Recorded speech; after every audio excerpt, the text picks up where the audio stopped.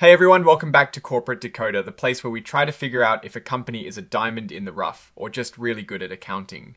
In this video, we are diving headfirst into the Marygold company's latest annual report, the Form 10K.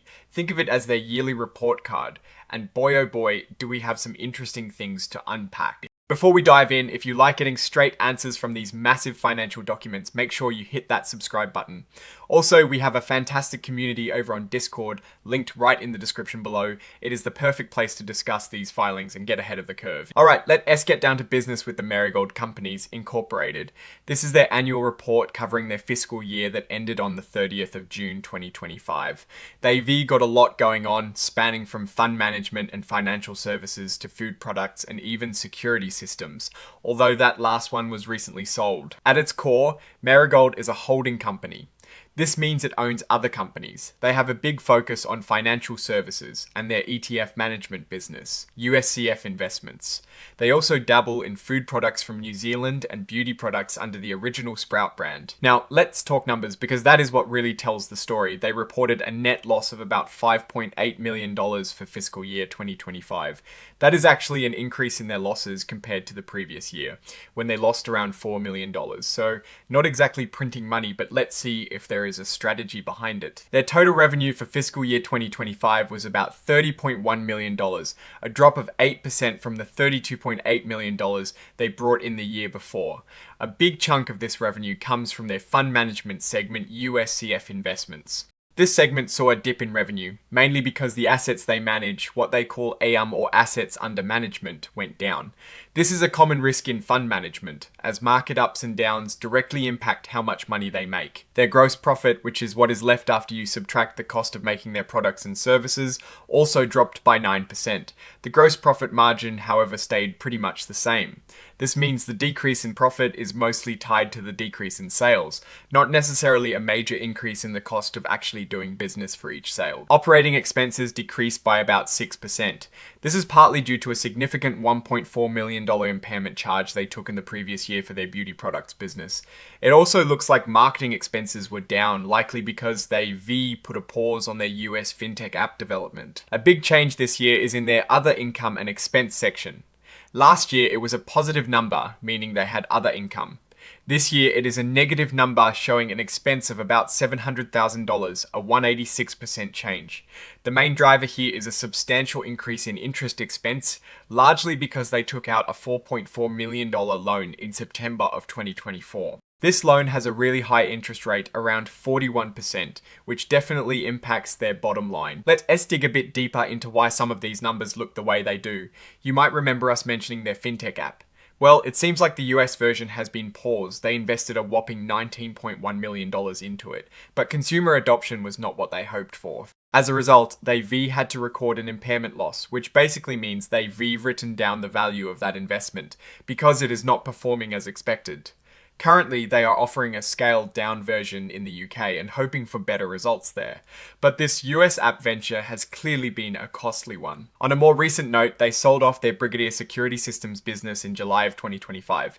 Interestingly, they sold it to a related party, Scott Schoenberger, who is also a director and a significant shareholder. This sale brought in about $2.3 million, which is a pretty decent chunk of change. Looking at their balance sheet is always crucial. For their fund management business, USCF Investments, they highlighted a concentration of revenue and receivables. For example, the United States Oil Fund, LP, known as USO, accounted for a significant portion of their revenue, around 30% for fiscal year 2025. Relying heavily on a few large funds like this can be risky because if those funds underperform or see a major outflow of money, it directly hits Marygold's revenue. And when we talk about investments, the Marygold companies also makes various investments, including in funds they themselves manage. For instance, they have about $3.6 million invested in funds managed by USCF Advisors, which is a related party. They also hold investments in other financial institutions and registered investment advisors, totaling over $2.3 million.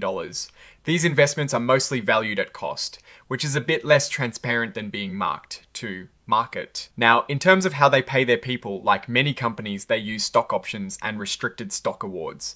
For fiscal year 2025, they recognized about $0.8 million in stock-based compensation. This is a common way to incentivize employees, but it does dilute the ownership of existing shareholders over time. Let's touch on legal matters. They are involved in some class action litigation related to their US oil fund, LP. The company states they are vigorously contesting these claims and cannot predict the outcome or reasonably estimate potential losses at this time. This is always a high-risk area for any company, as legal battles can drain resources and severely impact financial standing. Their auditor, BPM LLP, has issued a clean opinion on their financial statements, stating they present fairly in all material respects. However, they did flag the legal proceedings as a critical audit matter due to the significant judgment required to assess potential losses. This highlights the uncertainty surrounding those ongoing lawsuits.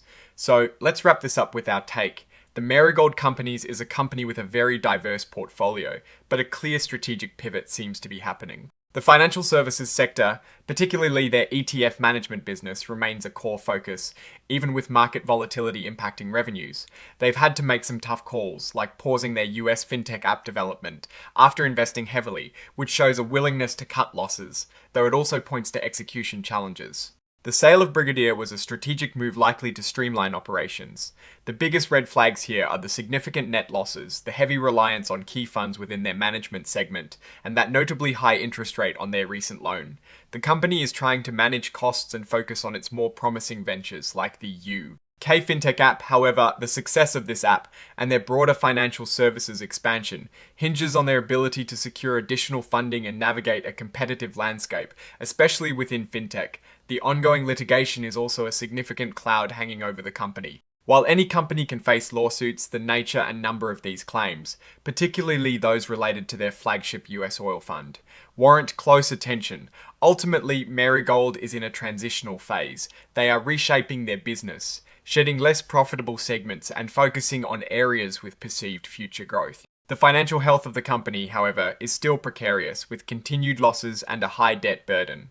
Investors should keep a close eye on their ability to turn around the fintech venture in the UK and manage their existing fund management business through market cycles.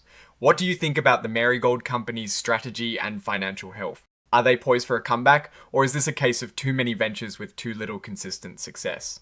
Let us know your thoughts in the comments below. If you found this deep dive useful, please smash that like button and subscribe for more corporate breakdowns. And hey, don't forget to join our Discord community linked in the description for more discussions and early access to our content. Thanks for watching, and we will see you in the next one.